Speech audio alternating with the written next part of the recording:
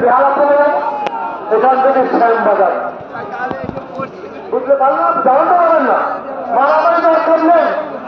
আমরা বুঝিয়ে দেব যে আমাদের কলমে গালি খাই না, আর ঐক্যবদ্ধ চেহারা আমরা দেখাতে হয়েছে। খবরদার কেউ কারোর বিরুদ্ধে কিছু বলবেন না।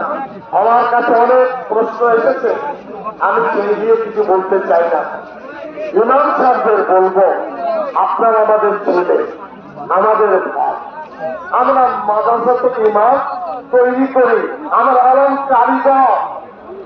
ইমামরা কারিগর নয়, আপত্তি নেই বলতে। ইমাম আমরা সাপ্লাই দিই।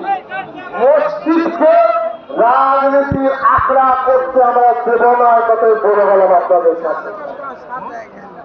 ইমাম হোক আপনারা আমাদের সম্পদ, কিন্তু মসজিদকে সিদ্দিকুল্লাহ চৌধুরী লিডার, কিন্তু মসজিদ রাজনীতির আখড়া করা চলবে না।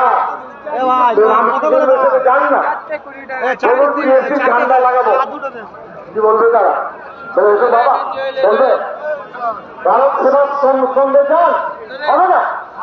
আপনার ইমামতি করো, বুঝতে পারলেন? আর বেশি লোড করবেন না, তার ইমামতি খুশিগুলো ময়লা দেন। আর একটা কথা কি বললাম, ইমামতি তাকে মসজিদ তাকে রাজনৈতিক ভাবে একটা জায়গা করবেন না, সমাজের ক্ষতি।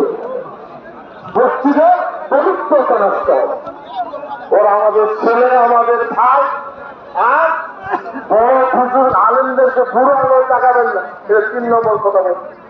কি বললাম? বড় হুজুর আলেমদেরকে দ্বিতীয়